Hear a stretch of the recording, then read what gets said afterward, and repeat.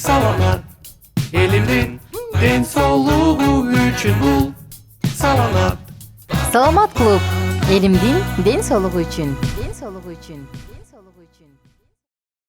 Салам достор, баарыңыздар менен кайрадан мен Айнура Миназарова жана бүгүнкү подкастта бактылуу үй бүлөнүн сыры деген теманы улантабыз.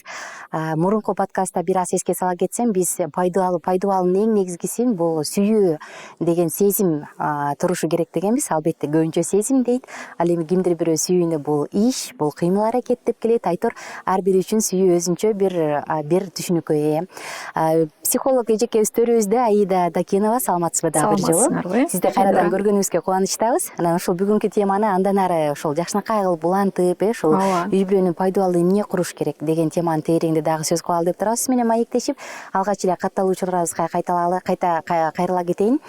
Биздин WhatsApp номер экранда көрүнөт. Ошол жака өзүңүздүн сурооңузду дагы жазып, мүмкүн кандайдыр бир муктаждык, кандайдыр бир жардам керек болсо жазыңыздар. Биз сиздерди психологдор менен байланыштырып, жардам бергенге аракет кылабыз. Анда Айда эжеке, жогоруда биз мурунку подкастта айтканда ушул сүйүүнүн пайдубалы жөнүндө сөз кылып атпадык белек? Сүйүү деген сезимчи. Сүйүү кимдир бирөө өтүп кетет, өчүп калат, сүйүү балдарга өтүп кетет дегенде ар кандай түшүнүктөр бар. Баягы 5 жыл, 10 жыл жашап 2-3 балалуу болуп калгандан кийин жубайлар жөн гана жакшы, кошуналар да же болбосо өнөктөштөр эле жашап калат эмеспи? Негизи бул канчалык деңгээлде нормалдуу көрүнүш же нормалдуу эмес көрүнүш ушундай жубайлар жөн гана финансылык өнөктөш катары, дос катары, кошуна катары жашап калганы? Менин оюмча бул нормалдуу эмес. Анан ошол сүйүүнүн балага өтүп кеткен деген бул дагы туура эмес. Анткени бул сүйүү эркекке сүйүү, аял кишиге сүйүү бул противоположный, бул башка таптакыр башка махаббат да сүйүү. Демек балага, ата энеге бул таптакыр башка сүйүү. Ошондуктан экөөнү такыр гана мындай аралаштырбаш керек деп ойлойм да. Анан кошуна катары жашап калганда бул эми адамдар өздөрү ошол иш кылбайт да, ошол мындай работа над собой жок да, ошону кантип ошо сүйүүнү сиз айткандай, туура айткандай суудай кылып, гүлдөй кылып, гүлдү биз мисалы сугарып атпайбызбы? Мындай күнүгө карайбыз, сууябыз, ошондой сыяктуу эле сүйүү дагы, отношения дагы ошондой работа дейм да, это постоянный труд. То есть постоянно труд. А не только мен сага жеттим, мен сени алдым, мен сага тийдим, болду, ошону менен бүттү деген эмес. Именно как раз үй бүлө куруп баштаганда ушул жактан гана эң работа, самый сложный, тяжелый как раз таки именно ошондо башталат деп ойлойм, менин оюмча. Анан бул сүйүү кетип калбайт деп ойлойм. Если изначально сүйүү бар болсо, то бул эч качан кетпейт. Сиз оңой эле текшерип көрсөңүз болот да, сүйүү барбы жокпу дегенди мындай кылсаңыз болот. Жашап жүрүп, анан кийин бир убакта просто бир айга экөөңүз отдельно жашап көрүңүз да. Анан ошо жашап көргөндөн кийин отдельно. Если сиздин ортоңузда мындай тяга жок болсо, кайра ошо сагынып атам, келгим келип атат, ошо общение керек болуп атат, ошо любовный связь, ушул адам жетпей атат. Ооба.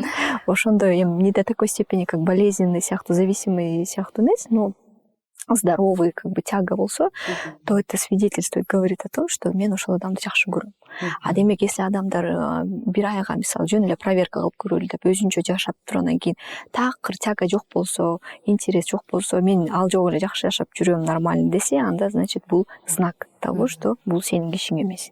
Же сен анын кишиси эмессиң да. Рахмат. Биз ошол эң эле негизгисин сүйүү сезимин карап өтпөдүкпү? Андан тышкары үй бүлөнүн пайдубалы бекем болуш үчүн эмне керек? Жубайлардын ортосуна дагы кайсы сапат керек? Кандай сезим керек? Эң биринчиден, менин оюм боюнча, бул сезим, сүйүү. Сүйүүдөн кийин общение, времяпрепровождение. Ошол адам менен канчалык убакыт сен бөлүшүп, ошо канча убактыңды бөлө аласың ошол адамга, кантип сен аны менен общение кыласың, мындай сен ошого тягаң барбы, влечение барбы деп, бул общение да. Сүйүү, значит, мисалы мындай айтканда, ар бир психолог, ар бир адамдын өзүнүн ою бар да. Ар кандай психологдор ар кандай айтышат. Кээ бирөө 3 ножки, кээ бирөө 4 ножки, кээ бирөө 5 ножек, 8, ар кандай да, кээ бирөөнүн эмелеричи, жана концепцияларычы. Жеке менин оюм боюнча, эң биринчи дегенде бул сезимдер. Сезимдер болсо гана бирдеме кылса болот да. Сезим болгондо гана сен ошол адам менен круглосуточно боло аласың, ошол адам менен каалайсың болгонго, сага бүт бар жагат да.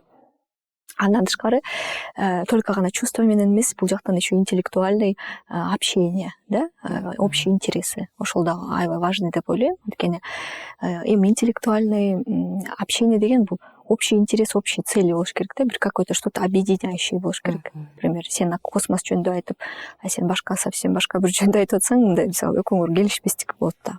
Анан тем более үй бүлө куруп атсаңар, то постоянный болосуңар кошо, анан кантип общение жок болсо, притяжение жок болсо, семья дагы көпкө сакталбайт да. А кээ бир адамдар көнүп калган, эми бала үчүн мындай көнүш керек, семья деген ушул баары эле чыдап жүрбөй, мен деле чыдайм дегендейчи, бул бактылуу эмес дейт да. Именно бактылуу жөнүндө сүйлөшүп атсак азыр именно, значит, бул жакта сезимдер, общие интересы, анан, конечно, сексуалдык совместимость.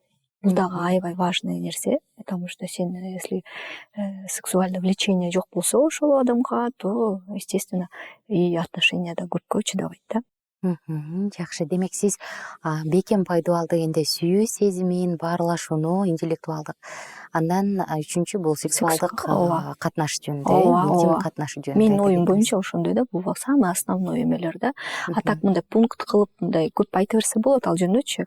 Дагы мындай кылса, эми мындай баш аламандык кылбаш үчүн, мындай конкретно четко айтыш үчүн, ушу жеткириш үчүн адамдарга менин оюм боюнча ошол 3 кита деп коет, самый основной үй бүлөнүн бактылуу болушуна деп ойлойм да.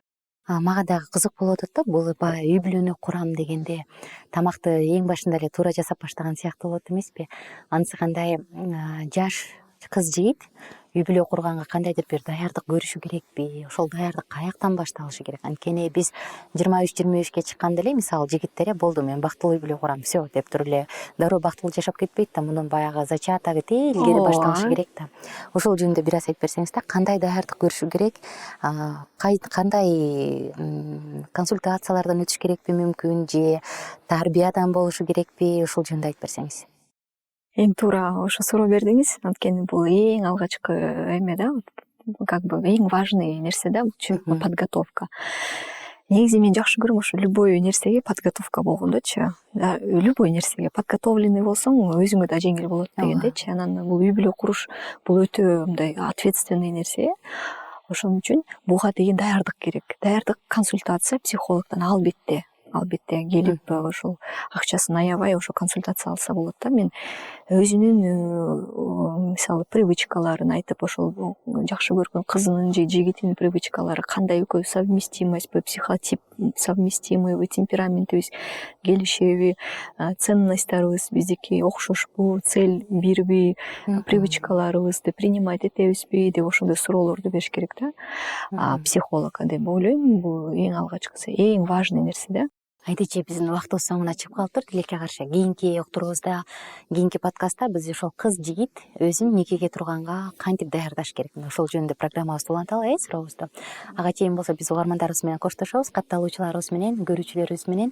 Эгерде суроолор болсо, комментарий кылып жазсаңыздар болот. Андан тышкары экранда көрүнгөн WhatsApp номурга дагы өзүңүздүн сурооңузду жазыңыз.